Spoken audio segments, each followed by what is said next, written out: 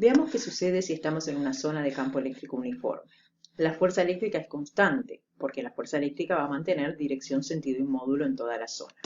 Como habíamos quedado que la diferencia de potenciales entre A y B se podía calcular a través de esta expresión por definición, el trabajo de la fuerza eléctrica puede calcularse como el módulo de la fuerza eléctrica por delta R por coseno del ángulo que forman la fuerza con el desplazamiento. Pero fuerza eléctrica, su módulo dividido Q, es el módulo del campo eléctrico en la zona. Por lo tanto, la diferencia de potenciales entre A y B es el opuesto del módulo del campo eléctrico por el módulo del desplazamiento, por el coseno del ángulo que forman ahora el campo eléctrico con el desplazamiento.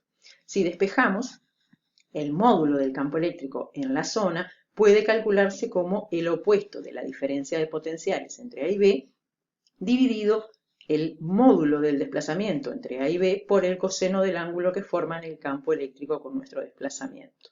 Esta expresión matemática, en física, decimos que el campo eléctrico es el gradiente del potencial. Así que de esta forma nosotros podemos hallar el módulo del campo eléctrico en una zona del espacio que sepamos que es uniforme. Superficies equipotenciales. Le llamamos superficies equipotenciales a la unión de todos los puntos del espacio que tienen el mismo potencial eléctrico. Si en una zona del espacio, en donde hay un campo eléctrico, una carga eléctrica se mueve entre dos puntos sobre una superficie equipotencial, el potencial final y el potencial inicial son iguales. Así que la diferencia de potenciales da cero y el trabajo realizado por la fuerza eléctrica da cero también. Hay fuerza eléctrica, hay desplazamiento, pero no hay trabajo. Eso quiere decir que la fuerza eléctrica y el desplazamiento son perpendiculares. Pero eso significa que el campo eléctrico es perpendicular al desplazamiento. Y esto tiene entonces como consecuencia de que las líneas de campo eléctrico y las superficies equipotenciales siempre son perpendiculares. Entonces, si tenemos una carga Q positiva y las líneas de campo eléctrico, recordemos que son radiales y hacia afuera, la forma de ser perpendicular a estas líneas de campo eléctrico es ser una esfera. Entonces las superficies equipotenciales alrededor de una carga puntual, en realidad ya sea positiva o negativa, son esferas. Si nosotros proyectamos esto que existe en el espacio en nuestro plano, vemos que la proyección de las equipotenciales son circunferencias.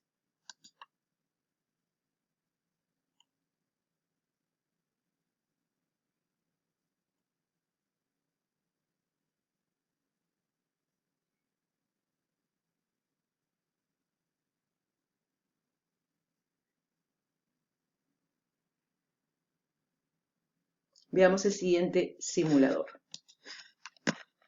de la página FED. Acá tenemos una carga puntual positiva, la colocamos en un punto del plano. Acá tenemos los campos eléctricos a su alrededor, radiales y hacia afuera. Y si yo me paro en un punto y le pido que dibuje el equipotencial, lo hace. También en este otro lugar. Vieron que en este caso la proyección de nuestras esferas serían circunferencias. Si le pido que me muestre los valores, acá podemos ver los valores que le corresponden a estas equipotenciales. Todos los puntos que están sobre esta circunferencia exterior, por ejemplo, tienen un potencial que vale 3,3 volt. Podemos reiniciar y mostrar también qué hubiera pasado si nuestra carga hubiera sido negativa. En realidad también las equipotenciales serían circunferencias y si le pedimos los valores podemos observarlos aquí. Si colocamos lo que podemos llamar un dipolo eléctrico, o sea, una carga positiva y una negativa que tienen el mismo valor absoluto, como la configuración de las líneas de campo eléctrico cambia, es esperable que cambie también la forma de las equipotenciales.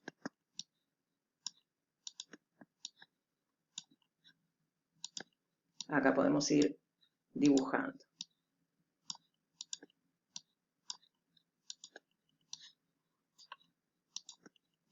Y también, por supuesto, podemos pedir que nos muestre los valores.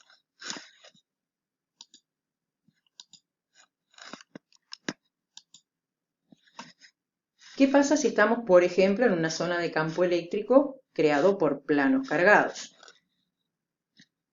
tenemos las líneas de campo eléctrico, en este caso que van desde el plano cargado positivamente hacia el plano cargado negativamente, y la forma de ser una superficie perpendicular a estas líneas de campo eléctrico es ser también planos, a su vez, paralelos a los anteriores. Entonces, en este caso, estas superficies de color crema que están dibujadas acá representan superficies equipotenciales, planos paralelos a los planos cargados.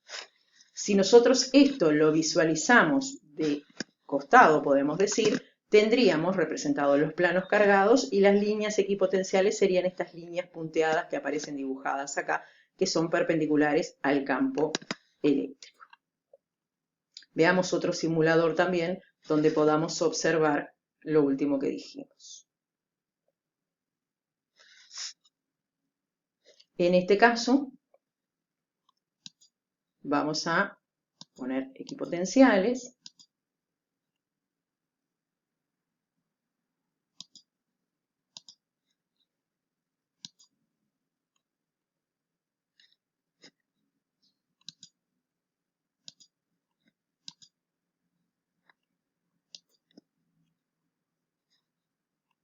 Acá tendríamos entonces alrededor de una carga puntual, pero si lo pasamos a la parte del plano infinito,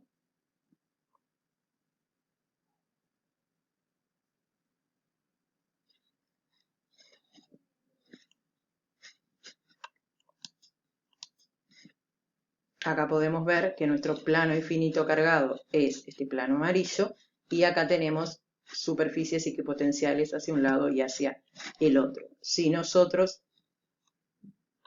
podemos, por ejemplo, cambiar acá para poder ver las líneas de campo eléctrico, ¿verdad?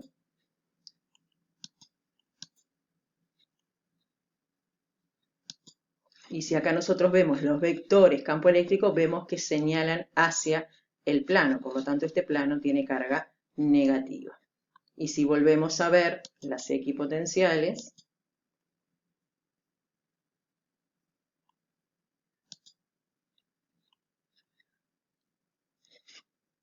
vemos que son entonces planos paralelos a nuestro plano cargado.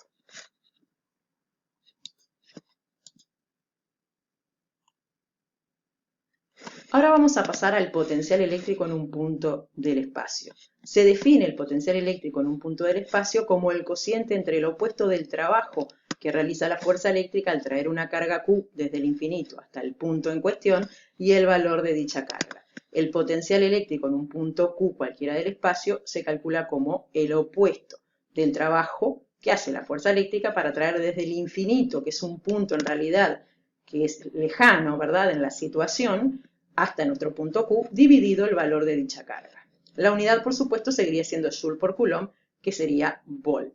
Si ustedes comparan esta definición con la diferencia de potenciales entre dos puntos, que en este caso sería el infinito y el punto Q, sería lo mismo si consideramos que en el infinito el potencial es cero.